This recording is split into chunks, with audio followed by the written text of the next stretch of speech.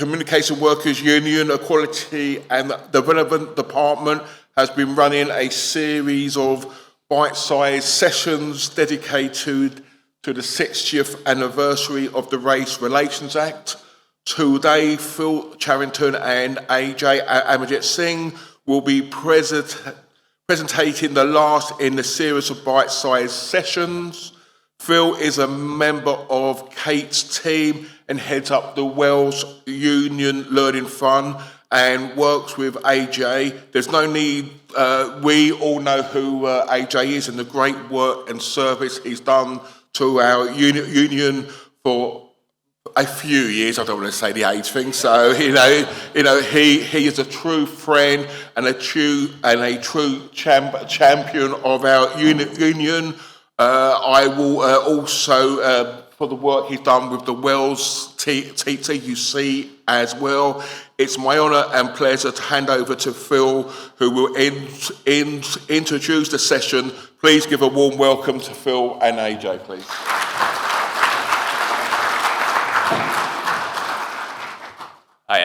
I'm Phil. I'll hand over to AJ shortly, but I just wanted to give you some context as to what we've been doing and why we've invited AJ here today. Not that we need much of an excuse to bring him in, but basically, so me and Febsy have been running a series, a pilot series of bite-sized learning sessions. So these are short, 30-minute-ish sessions online. We've been doing them once a week. With the objective of trying to make learning accessible to people. People obviously are very busy and don't have much time, but to make something that people can access so they've got an opportunity to learn something new. We have decided to frame the first series of these around the 60th anniversary of the Race Relations Act. Obviously, as we've been learning over the course of the last couple of days, race relations is a very important topic at the moment. The Act that was introduced 60 years ago was very important. It began the process of restricting discrimination by race, a process which is obviously still ongoing, but it's the start of that story in a way. We've done 3 sessions so far. The first session was delivered by Febsy, and it outlined the background to the introduction of the Act and the history of the waves of immigration into the UK and the links with empire, as well as the things that immediately led up to the introduction of the Act. So, for example, the Bristol bus boycott. The second session I led, that was around episodes in black organising and a history of how minority communities were brought into the trade union movement. It was particularly focused on Grunwick. So it also explored the kind of limits of solidarity and some of the difficulties around that. And then the third session was delivered by Febsy and talked about the Race Relations Act in the context of the Equality Act 2010 and how that act brought things forward. So as you've probably seen, we've been kind of moving through history towards the modern day, and so that's why we've brought AJ in today. He's been doing some work with TUC Cymru around tackling the far right, and he's going to give us a talk on kind of modern approaches to tackling race relations. So I will, on that note, hand over to AJ.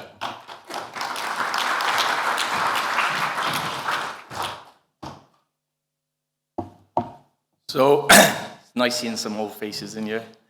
I'd like to thank CW for the invite, and I think Phil has actually sort of brought the session where it needs to be, because yesterday and this morning we've spoken about a number of things, a number of issues around that matters to our members in the workplace, and I think it's about how we link our campaigning outside the union and inside the union to what we actually do in the workplace. And I think it's important that we link that, because for us, and I'll talk about it later on, is how do we reach out to our members and changing minds?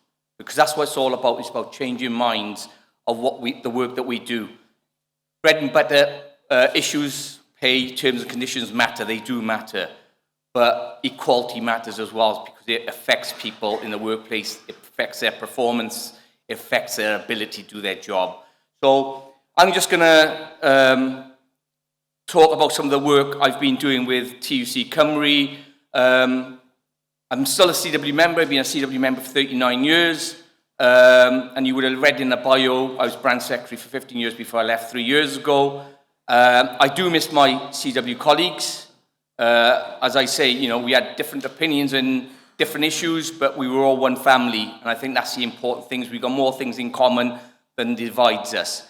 And that's about talking to our members as well. So most of you do know me in the room. That's me.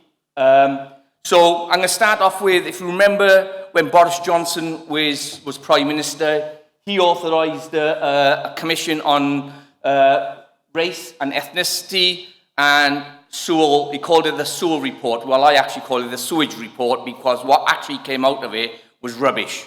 It was absolutely rubbish. And I know for a fact that in TUC Welsh Government, and we've been lucky in Wales that we've had a Labour Welsh Government for over 25 years. And I'll talk about that in a bit, about some of the work that we're doing in the Senedd elections. They actually had an anti-racism action plan that they wanted to work on, and they actually reached out to communities, you know, Welsh communities from all sections, although this is specifically around the anti-racism. They spoke about LGBT rights, disability rights, women's rights. And they actually reached out, and TUC Cymru had a real large impact into that document, and many other organisations. And the action plan is we're working through the action plan at the present moment. But the reason I've picked on that is because it gave trade unions in Wales an ability to do something as well. And I always say trade unions have been at the forefront of anti-racism, anti-LGBT discrimination, disability discrimination, women's discrimination, and TUC Cymru, and I didn't work for TUC Cymru when that first booklet came out. I was actually on their general council, and they reached out to me and said, can you put an input into it? So that was the first bit of work I did as a lay general council member for TUC Cymru on the Wales TUC Anti-Racism in the Workplace booklet. When I did join TUC Cymru, one of the works that they did give me, so I work with Phil and other unions on the Wales Union Learning Fund, so we still have a learning fund. I look over 6 unions on the Wales Learning Fund, but this is some of my other stuff that I do. And the first thing we did, we looked at how could we actually get something into the workplace for reps at the ground roots. So if an individual came to a branch secretary and said, I feel that I'm being discriminated against my race or my religion, how would he or she actually deal with that issue? And we put a comprehensive booklet together, and it highlights a number of items in there. I did leave a number of them on the table outside, but they're all gone. So, and this does come in a Welsh version as well. So it goes through a number of issues around discrimination, what discrimination is, how to deal with discrimination, action plans in there, and a number of other things. I do highlight the CW in the booklet and all the good work it did, and some of my experience as a lay rep as well as a branch secretary. So if you haven't got hold of one, you want one, it is on a TUC Cymru website for you to have a look at. So the other thing that we've been doing in Wales, that we've noticed that we haven't got many black and ethnic minorities as representatives in the workplace or into civil society. And we put a program together where we call it the Black Activist Development Program. I know TUC Congress House does something similar, but Wales is different. Wales is a country and we do things differently. I know Carl Rope will tell you later on, maybe not, but we do. Let me tell you that. So we do the Black Activist Development Program. The first one, we had 12 women on there. We couldn't seem to get men come forward. And we celebrate every single end of the program in the Senedd, and we get a member of the Senedd to actually come and give the certificates out. So that was the first cohort, and that was the second cohort. We're on our third cohort, so we're on our third year of the program. We've had 31 participants and only one male on the 31 participants. So, and the program is not made in a way that it's uniformed. We have 5 modules that we use, but the participants actually say what they want out of the rest of the modules. So we're giving them something they want, but we have to put things in around union structures, around ACAS, and around a number of other issues.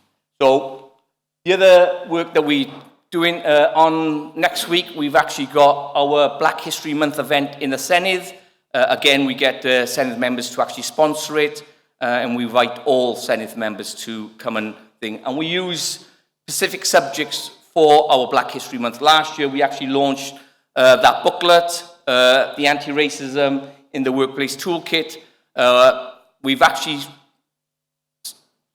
sent out over 600 booklets already. So it just shows you the demand, and we still get requests for the booklets. And this will be taking place next week in the Senedd in Cardiff. Just to let you know as well, my old branch, South East Wales Amal, they'll be holding their Black History Month event on Friday in the Cardiff Mill Centre, and they've invited me to attend that again. So the good work is carrying on in Wales. I wanted to specifically talk to you about some of the work that we're doing around the far right. And we had, Suresh mentioned some of the work that he had done behind the scenes, but I think Suresh forgets about when Stephen Lawrence was murdered. There was an organisation called National Assembly Against Racism that I was a member of in '92, and Suresh was there as well, and a number of other colleagues. And we've always been fighting for justice and equality, and I think it's important. But I think the political arena has changed. I think we're seeing a real difference in how people's attitudes are, and some of that is our colleagues in the workplace and in other unions, and other unions have identified. So what we do in Wales, and we have an anti-racist, anti-far right workshop that we run for unions, and we don't actually go out and recruit for them workshops. We let the unions do that because they know their reps, they know who they need people to go out and do the talking to their members in the workplace. So the modules that we do within the workshop is 5 modules. So who do you see as a far right? Because I think, we have this narrative that some people will see Tommy Robinson as a far right, and some people will see Nigel Farage as a populist, right? And I think it's not for me as a tutor to tell them what the far right is. I think it's that the people in the room to actually identify and then discuss what they see as a far right. And what we do actually put in supporting information after they've done the feedback on each of the modules, because it's important to support him with the information as well. Then what we stand for, because I think we have to make clear what we stand for as trade union movement and what the far right and populist stand for, yeah? And we have to make that clear, and we do that again in that clear way, is that the participants in the room to actually identify that. And I usually use a CW as what we stand for, because if you look at the CW rule book, if you look at the structures of the CW, in every way, we as members or reps have an ability to challenge, yeah, and change things, yeah. But if you look at some of the stuff around reform, right, and I know people will say, well, they are a political party, but they are a company as well. They are registered in Companies House in Cardiff, yeah. So let's make that clear. They are an organisation as well, and they do charge members fees to be a member of that organisation. And, they recently changed their contract because it's a contract between them and their members. They have recently changed it, but they haven't changed it the way they said they've changed it. But we go through that. And then we've talked about the mapping of the threat. What is the threat of the far right, And if they do get into the trade union movement, if you remember, and I looked it up the other day, when we had the BNP and we had Solidarity, who tried to become a trade union, it still exists. If you Google it, they still exist, they do. I'm not sure what their sort of membership bases are, but they still exist. And I think that's the frightening part, right? If you do get the likes of the far right infiltrate the trade union movement, that you know, where we're sitting in this room, we will not be sitting in this room, let me be honest with you. Yeah, and that's what we've got to understand. Then we look on the, I'd say, impact of the union and what are the barriers. So we look at the impact is if they take over the union, right, then what the barriers are then is our work is nil and void, especially on the equality. And we've just been talking today how important equality is in the workplace, on mental health, on LGBT rights, on disability rights, on Black and Asian rights, and we've just spoken of that. And when, you know, the likes of Reform say, well, you know, there's no need to have flags flying out outside buildings, but they don't stop there. Then they start saying, well, actually, you don't need to use money for training for integration. Then they talk about SEND. You know, when you talk about people with disabilities, right, and that money being taken away from the impact of communities. And they're the sort of the messages we have to get out. And we have to, the final one, we actually start talking about how do we actually equip individuals in our room about going out there and getting the message out to their colleagues. And we do use a fact sheet with all the information that we use from TikTok, Facebook. And I'll be honest, I put my hand up when I do the workshops. I actually follow Reform. I've looked at their contracts, and I have to do that because if I don't know what they're saying, I can't react. And I can't change my workshop. And I change my workshop and the information in my workshop nearly every 2 weeks. But you have to be careful you don't go down that rabbit hole, because it's easily dragged down that rabbit hole of what they say. So that is the workshop we're working at the present moment. You will know that the Senate elections are 2026. And for Reform UK, it's actually a ground where they're looking at if they can get successful in the Senate elections, they will come for the parliamentary elections in 2028 or 2029 or wherever it happens. And that's frightening. And all the information that we're getting from the polls in Wales is Reform and Plaid Cymru are neck and neck. Labour's gone down to, I think, down to 13%, and sort of the Tories are more or less 7%. And you're seeing the Tories now in the Senate election moving from the Tories to Reform UK. So you're getting all that happening. But it is frightening for us in Wales. But this is the reason we're making sure that we're saying to the unions, we're here as TUC Cymru, we provide the workshops, and it's important that we have that dialogue with your members. And I think I got the broad shoulders that some unions are afraid that, you know, they will have Reform members in them workshops. If they are there, they're there. You know, nothing you can do about it. All you can do is try to discuss how you actually get to a point where you maybe agree to disagree, or you can change their thing. And some of the polls have been telling us where we actually got to aim in Wales, where we can change minds. You know, especially in the public sector. Wales is a country that relies on public sector workers, and I think they're the people that we have to aim at and make sure that they get their message out. So the other thing, we had a Unity conference a couple of weeks ago in Swansea. Phil was there, very, very successful, over 100 people. And I think it was about talking about, you know, how do we unite communities, not divide communities like the far right and populist parties do. We've got a webinar coming up on the 18th of November. Anybody can come and join it. You don't have to be in Wales. We've got Taj Ali, who's one of our key speakers, and we're going to talk about immigration and asylum, because I think we need to talk about immigration and asylum, because we talk about the Race Relations Act, but since the Race Relations Act, we've seen many, many changes in asylum and immigration in this country, and not for the better, but for the worse. That's a QR code. If you want to join that webinar, if you go onto TC Cymru's website, it'll be on there for you to join.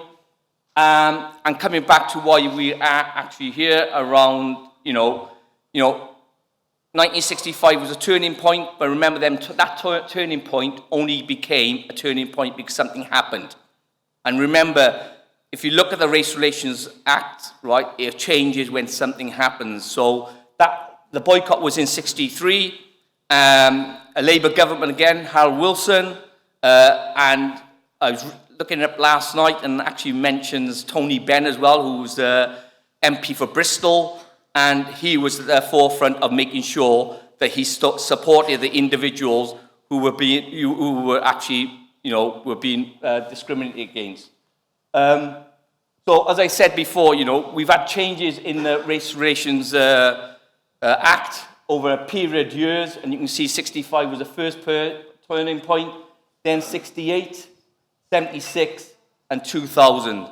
And, as I said earlier on, it has been turning points where something's happened that we've had to change the race relations thing. So that's my presentation. I wanted to leave enough time for questions because I didn't want to just say, well, that's me, I'm going. But I am here at lunchtime as well. But if you've got any questions, I'm willing to answer them. Thank you. My name is Prince Kingsley Faborodi from Nottingham branch.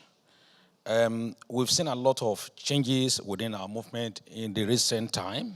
So my question now is, when we're talking about the far right, is something that we've seen among ourselves within the representatives. So my question is, because sometimes when you sit down among the union reps, you see the way they talk, you see their perspective, and even though they are union reps, you could tell what they are. So the question is, how do we challenge and stop far right who are representative within our trade union movement? One is education. One has to be education. But I always use in my workshop around, I think some of you in this room would remember when ASLEF chucked out a BNP member, and what happened, the BNP member actually took ASLEF to court, a tribunal, and he actually won his tribunal. And what happened then is ASLEF actually took the UK government to the Court of Justice, and actually then ASLEF won their case. And what the judge ruled was, if an individual has a choice to join a trade union or not, a union has the ability to say who and who doesn't join a trade union. And if you look at our rule book, I have got a rule book in my bag if you want to have a look at it. But if you look in our rule book, there is a paragraph in there about what the union stands for. And that should we should be using that of those who you think are going towards reform. But for me, I'll be honest, when I do my workshops, it's about having that debate, discussion, yeah? If we're talking about immigration, if we're talking about net zero, if we're talking about public services, if we're talking about privatization, it's about how you handle that discussion. And as I said earlier on, we have a fact sheet that we provide at our workshop for people to actually go and delve in what it actually means. Because 9 out of 10, what reform or populist parties will say around any of them issues is misinformation. And you can always catch them out if you have that conversation. And it's about saying to people, why are you going towards reform? What is your reason? And you need to understand their reason before you say you're a racist, you don't understand. You have to understand and see if you can break it down and say, actually, what you're saying is incorrect. This is the reason, right, we are in the situation that we're in. Yeah? And let's be honest, 14 years of a Tory government, but I always go back to Thatcherism. When Thatcher sold off the housing stock, it was good for people, but they never renewed the housing stock. So that dwindled. If you look at Thatcher on privatisation, we were privatising left, right and centre. We were being told everything was going to be cheap. Is it cheap? I don't see nothing being cheap. So I always go back to Thatcherism and what Thatcher did to where we are today, And so you have to have that conversation as well before you get into that sort of area about are you capable of being a rep because you're thought that reform sort of way of thinking. Hope that answers your question. What it is, AJ, I mean, as I say, this is quite welcome. I think the whole Labour movement really in the last few years, from my opinion, have been very, very complacent in the fact that we used to be easily identifiable, the far right, yeah, and the manipulators, and they were manipulating small amounts of people. And obviously what's changed, if you look at what happened in America with Trump, and Farage has got the same playbook, they're actually engaging with people and convincing them that the reform aren't following racist policies. Now, I say the complacency we did is because there was always more of us than them, right? And so when you went to an anti-racism demo, you could easily spot them. They didn't have to be wearing flags around themselves. They were easily identifiable. A number of events I've sort of attended, you know, outside hotels in the last 3 years. We've got to accept the far-right reform, whoever you want to label us. They've got a lot cleverer, they've got a lot cuter, and they're able to cajole people who wouldn't normally have been cajoled. And I think one of the mistakes that normal people, the left, whoever you want to call it, have made over the last few years is thinking that we can just, the people that reform are cajoling, that we can just call them racist. And we're in danger of making the same mistakes that we made in the Brexit debate. Whatever way you voted, yeah, all you did was label people racist, which then obviously enhances them to a certain position. And I think we've got to have better dialogue. Yeah, the far right, call them racist every day of the week if you want, but the people that they're trying to get into, the people that they're trying to manipulate, we have to have, you know, a meaningful dialogue. And these people are in our communities, these people are in our families, right? And I've found recently, speaking to a lot of young people, just individually, you can break down some of the barriers and you can break down some of the myths that reform are peddling, right? But we don't do it, and we won't achieve it by A, talking in echo chambers, and B, just labelling every single person who intends to vote reform or thinks, might look from afar and think Nigel Farage is some kind of good guy. We won't win people back by just assuming that, well, if you're on this side, you're a racist. Because, as I say, you're then labelling people who we can win back, and you're actually putting them in a trans position. You're 100% right. And even if you look at some of the Asian communities, in my own community, I put my hands up, right? You know, I've talked to some of what I consider as close friends, and when they say to me, well, I'm actually considering to vote for reform, and that's a question I have to have in my own community. You know, and things have changed. You're right. You know, from the days of the BNP, you didn't see many black or Asian people on the side of the BNP. But even if you look at Tommy Robinson, you know, and his crowd, you're seeing black and Asian faces in his crowd now as well. You know, and so the turmoil of that political arena has changed altogether from 25 years, and is how we address it. And you're right. We shouldn't be talking in silos. We have to take this out wider. And I think this is why TUC Cymru in Wales is embarking on that, because we have to get to the workplaces, you know, the reps. We have to speak to the reps, yeah, to change minds in that way. I don't know if you want to add anything. I think what's happened, you know, since Thatcher is what's been considered the mainstream has drifted gradually further to the right over that time, until now we've got to the point where the far right, what would have been considered very far right, is looking relatively mainstream, yeah? And it's incumbent on us to make a positive case for left-wing solutions and to drag that window back towards something which is a bit more in the realm of, you know, sensible politics, rather than normalising. Really, I mean, Reform 40 years ago would have been considered an extreme far-right party, not something that would have been, you know, a sensible mainstream party that people would be considering voting for. So we need to be dragging that argument back over towards the left. My questions to going through the Race Relation Act from 1965 to 2000, which were a series of laws enacted to protect people against racial discrimination in the UK. But the analysis show that it's significant challenges, which including systematic and persistent inequalities. As a union, what advice can you give us to tackle these challenges? The Race Relations Act, we came around because of a reason in 65, yeah?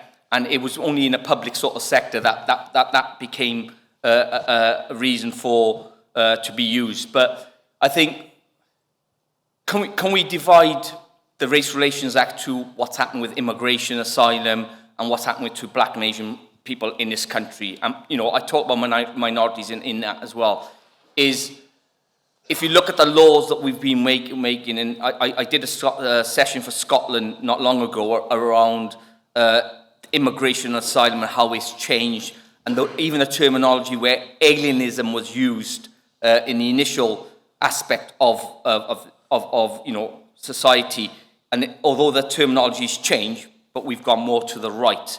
It's about getting that message out.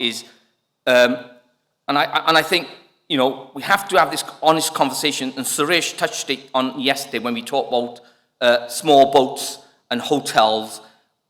You know, these individuals, right, before Brexit, and we have to talk about Brexit, right, we had the Dublin Agreement.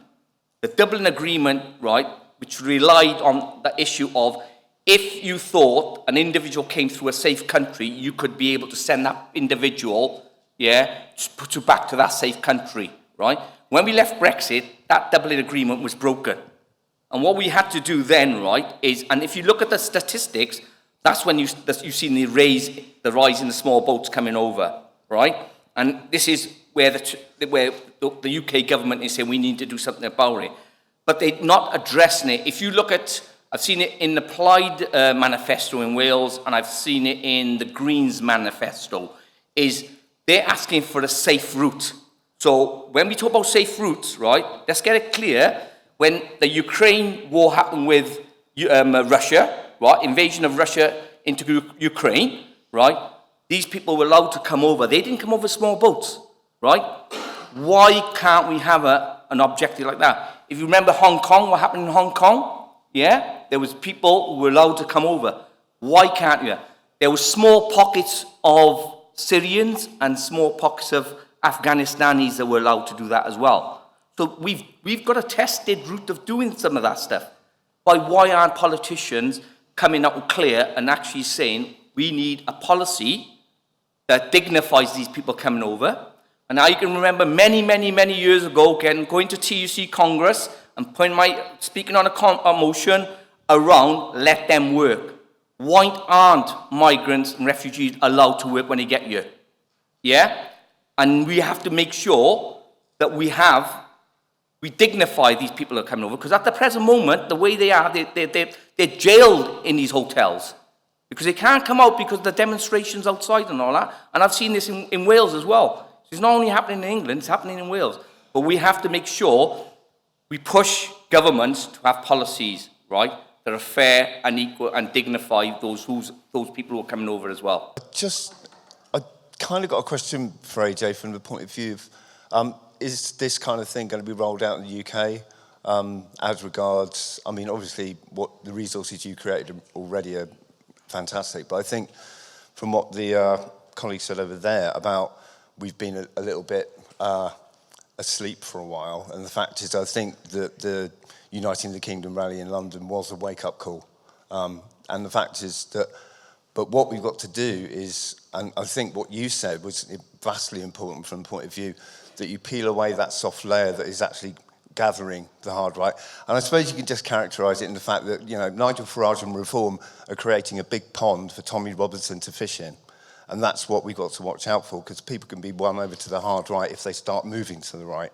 And I think from what you've said, your resources will be fantastic. What we've got to do is actually put that into action and get those workshops or those meetings, or the fact that you can actually gather your colleagues around you to start talking about those difficult issues and actually starting to peel away the myth that Reform say that they're going to make the country better. And the fact is you'll find after 5 minutes they'll just say, yeah, I think you're right.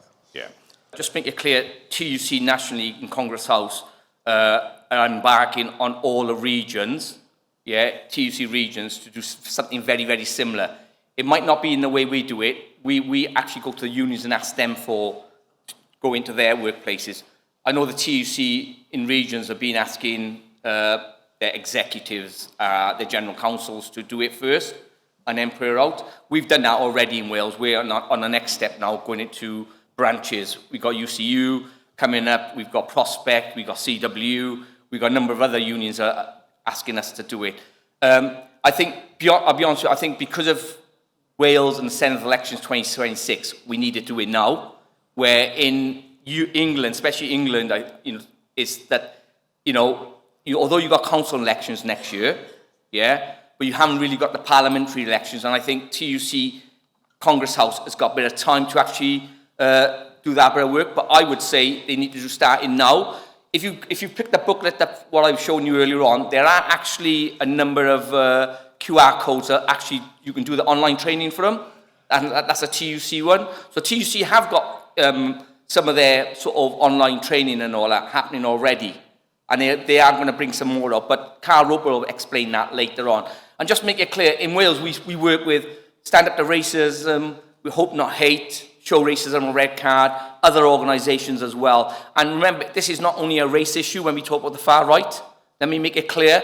This is about, you know, being homophobic, being anti-women, you know, being anti-disability. You know, it brings all that anti-Welsh as well. You know, so there's a number of strands. It's not only about black and white issue, it's actually about other issues as well. And we have to tackle all the other issues within the workshop and not just on race. Yeah? And I think that's important. So I hope that answers your question. Thank you, Phil. Thank you, AJ. And thank you for the Equality Department for putting this on and bringing such brilliant speakers for over the last 2 days so far. Just to say a couple of points. The other day we had a meeting. I wasn't present, but it was to look at some motions for the race relations and stand up to racism. And there seemed to be some comrades there who didn't take lightly to this being raised. And from there, we had to realise to direct some of our colleagues to the handling difficult questions, which you just about touched on the TC website, to help our comrades here against our colleagues. All right? That's right, yeah? AJ? Yeah. And also, we're at war here, as we realised yesterday with the women we had here, first session, second session again. We are at war, and you've got institutions here who are controlling, i.e. the Trumps, the Europe, the United Kingdom, and so on, and you've got to look behind and see who's behind them and telling them what to do. And we need the employers as well, the government and the employers, to be standing up to letting everybody know that we are one, and anything is done wrong, it is done wrong, and it's followed through. We have an issue, I'll be honest with you. I think on the left we have an issue, and you alluded to it, is we can't work together, yeah? And this is why I say about, you know, CW is a family, right? We all agree to disagree on things, right? But we have more things in common that divides us. And it's about how do we bring them together and say, and I think in the political arena, we have this thing about, okay, because you don't agree on that and you don't agree on that, we can't work together. It's about parking them disagreements and say, what can we agree on and work on that? Because otherwise, the right, the likes of Reform, will make headways, and they will be making headways in the Senate elections in 2026. Let me tell you that. They will be. It's how we actually limit that. That's the work we've got to do in Wales, is how do you limit their headway? You know, I shouldn't say this, but if you look at Plaid has been around as long as the Labour Party, and in our polls now, Plaid is neck and neck with Reform, you know?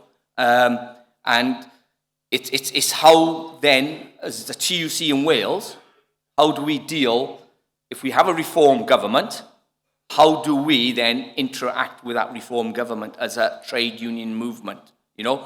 Because if you look at our rule book and our objectives, does that actually reach that criteria? And it's going to be a very difficult place for us to be in Wales, yeah? But then, as the polls show in England, if you had a general election, right, Reform would win that general election. So, as you said earlier on, the work has got to be started. The work's got to start now. Not in a year's time, 2 years' time. We've got to start now. We've got to start changing minds and souls now, not tomorrow. So, I don't know if you want to add anything, Phil. Okay, I think that's it, isn't it? That's all the questions.